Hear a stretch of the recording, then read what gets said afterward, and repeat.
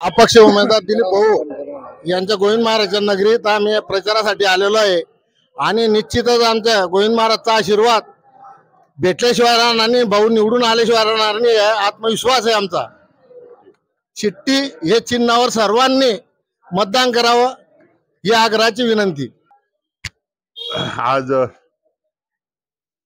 पंढरपूर गोविंद नगरी पिंपळगाव हरेश्वर या ठिकाणी आमची प्रचाराची रॅली या ठिकाणी आलेली आहे।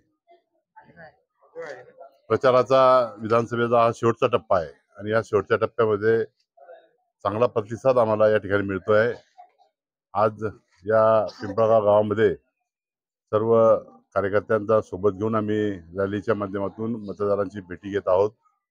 या भेटी दरम्यान आम्ही मतदारांकडून आश्वासन घेत आहोत की या निवडणुकीमध्ये ते आम्हाला मतदान करतील, सहकार्य करतील आणि येत्या 20 तारखेला जी विधानसभेची निवडणूक होऊ घातलेली आहे त्या दिवशी चिन्ह आमचं शिट्टीच्या बटन दाबून आम्हाला प्रचंड मतांनी निवडून द्यावं अशा प्रकारची विनंती आम्ही मतदारांना या ठिकाणी करतो आहोत। मला खात्री आहे की पिंपळगाव हरेश्वर आणि परिसर या परिसरातून मला प्रचंड असा पाठिंबा या ठिकाणी मिळत आहे।